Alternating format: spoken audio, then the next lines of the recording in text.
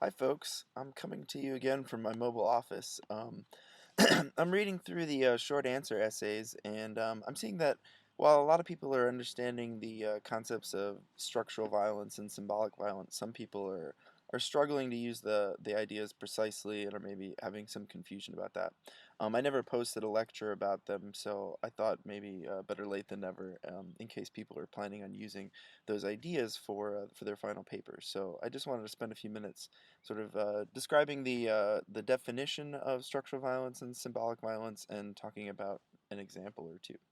So let me start out with structural violence. So this is Galtung's concept that he presented in the 60s. It's been controversial, so people have debated it for a while. There was a big debate about definitions of violence sort of at the end of the 60s.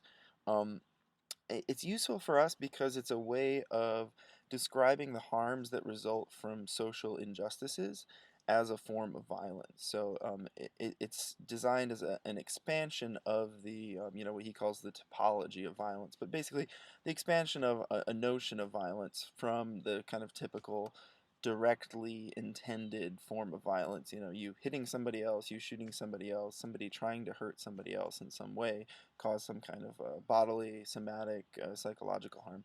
That's direct violence. Peace and justice studies takes violence and peace to mean broader things than simply direct violence and the absence of direct violence. Peace and justice studies wants to think of peace as connected to justice, and so therefore peace requires a context that doesn't have injustices and the harms that result from it in it. So um, because of that, we want to expand our notion of violence to include the harms due to injustices. So that's the kind of background of structural violence. What is structural violence exactly? How do we define it exactly?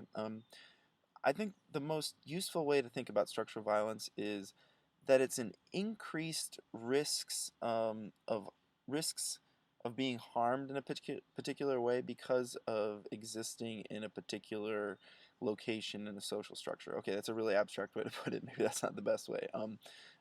If you're a particular person, a group, in a social structure, and because of where you exist in that social structure, so let's see, in the economic social structure, and we exist in a capitalist economy. Let's say you're lower class rather than middle or upper class. So that's a particular place in that social structure. If you're subject to harms because of being in that particular location, so if you're lower class and you don't have access to health care because you don't have a steady job, and you're more likely to die from some kind of preventable disease because you don't get to see your doctor regularly. Let's say you're more likely to die from diabetes, complications due to diabetes, because you can't afford healthy food, you don't have time to exercise, you don't have that kind of control over your life, and you don't get very good access to health care. So you can't afford medication or even to go see the doctor about this. The, that kind of being in that place in the social structure, being lower class, makes you much more likely to suffer those harms. Nobody intended those harms on you, right? It looks like it's an accident, and in fact, most of the harms of structural violence look like they're accidents, sort of like the Chicago heat wave or something. That example that we looked at. It looks like it's some kind of natural event that's occurring, and you're just a victim to that natural event. But if we look at the way that we've organized society, we can see that because of the way we've organized it, we've made it very likely for people in these particular positions to be subject to these risks. We've made them very vulnerable through the ways that we've organized society. So that's what structural violence is a kind of increased likelihood of being subject to these harms. You're in a riskier position because we've set up society that way. Now, that whole definition crucially depends on the fact that we could have set up things differently. So there are lots of kinds of harms that we can't prevent. People die from old age. People get hit by cars. Those things don't seem to be a form of structural violence because they're not distributed according to some kind of social hierarchy, and we don't really have any kind of technological or social way to arrange things differently so that we could eliminate those things. We don't seem to be able to prevent people from dying from old age. We don't have that technological possibility. But we do have the possibility of, keeping people from dying from, heat stroke and heat exhaustion during a heat wave in the city of Chicago. We do have the capability of preventing people from dying from starvation, from dying from lots of preventable diseases like, diarrhea, tuberculosis, these things that we've cured, well in the past, where it's well within our technological means to sort of not let anybody die from those things. We would just have to change our social organization. It's those kinds of harms that are preventable, yet because we set up things a certain way, we organize ourselves a certain way, we have a certain kind of economy or a certain kind of social structure, and some people still get harmed by them, but most people don't. When those certain people get harmed by them, that's a form of structural violence. That's what structural violence is. They're they're harmed in a way that's due to their position in the social structure. Um, Nobody's intended it, but we have consciously set up things this way that we know will cause preventable harms. So that's structural violence. It's very different from symbolic violence, although they can be related to each other. Um, okay, so let me go on to symbolic violence here. Symbolic violence is, you probably want to start thinking about it as, um, it's present when somebody has been convinced that harms they are suffering are naturally caused and there's no way to avoid them. They're part of sort of the way of things, the order of things, as Bourdieu puts it. Um, and there's really nothing to be done about them, So, when we looked at the Bourgeois article, where one of the men he was following around, he goes into he's a delivery man. He's got a normal kind of job, a legal job at that point, and he goes in the elevator, and the white woman enters the elevator also, and he kind of gets flustered a little bit, and the white woman gets scared and thinks that, because this man is a man of color, he's following her and he's going to attack her in some way, and he forgets to hit the number, and she takes the elevator up to her floor, and he gets out after her on that floor because he's sort of flustered and he hasn't hit the number, and she thinks that he's following him or following her and going to attack her, and she runs away screaming. This really disturbs that guy, right? This is like, how can I work in this place when people are scared of me? I mean, that would be really a horrible experience to have, right? And because of this, he quits that job and he ends up becoming a crack dealer on the street. Um, so in that case, there he's sort of taken that, this idea that, somebody's going to be scared of me because of my skin color, and he's not realizing that this is a kind of like temporary, historically contingent phenomenon. He doesn't sort of see it as like, well, I should stick around with this job and people will kind of realize that I'm not a bad guy, and things will change over time. He doesn't really see that possibility of how, perspectives, these racist perspectives could change. That it's not going to occur in the time frame of his life. He doesn't think, So because of that, he's kind of internalized this violence against him, this perspective of, you're dangerous, you're evil because you're a black man.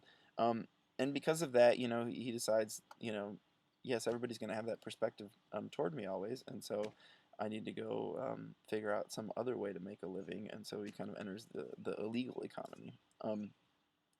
So symbolic violence is this kind of internalization and acceptance of some kind of violence against you, some kind of harm against you, as natural and normal. You've sort of bought into the story. You don't see any way out of it. It seems like it's always going to be that case, and because of that, you don't act to resist it. You don't fight it, and you sort of go along with it, and you act in a way that actually reproduces it and furthers it. So for Bourdieu, the biggest example of this is masculine domination and the way that women have sort of seen this historically. They've bought into the story that this is the natural way of things, the order of things, and there's no way to change this. It's due to natural biological features about men and women, which is totally false. Um, but the story is that this is the way things have always been. This is the way things will be. So any kind of harms that result from this, there's no point in resisting, patriarchy. It's just the way things are and the way things are going to be. So, you know, deal with it. Fulfill your gender roles. Become a sex object. Become a mother. That is your role, right? Do not enter the economic workplace. All these kinds of messages that patriarchy sends. When women, you know, have internalized that, when they've gotten enough messages, from society, their parents, their family, their culture, right, that this is the way things are and that there's no alternative to this, and then they are subject to harms because of this, so if they stay in an abusive relationship because they don't feel like they can, economically support themselves on their own, or that they need a man, no matter what, then they become victims of symbolic violence. So it occurs within the person who is the victim, once they don't realize that the harms that they're suffering are violent, and that there's something that should be resisted, and there's something that should be changed. They think of it as natural, the way of things. There's no alternative possibility to it. So there's this whole framework of recognizing all these messages and misrecognizing them and taking them to be normal. We're told sort of what exactly is the social fabric of our life from our culture, our parents, our friends, the media, everything like that. When we internalize that, we take that as sort of normal and natural, um, and then because of that, we don't sort of resist violence that's done against us. That's when somebody is subject to symbolic violence. So it's a kind of mental. It occurs in the mind of the person. It's a way of um, the person doesn't resist the violence. They don't realize that violence could be stopped, that there could be a different way of doing things. They've completely normalized what's going on there. And because of that, then they act in complicity with it. Rather than resisting it, they act in a way that either furthers it or promotes it or reproduces it, rather than eliminating it from society.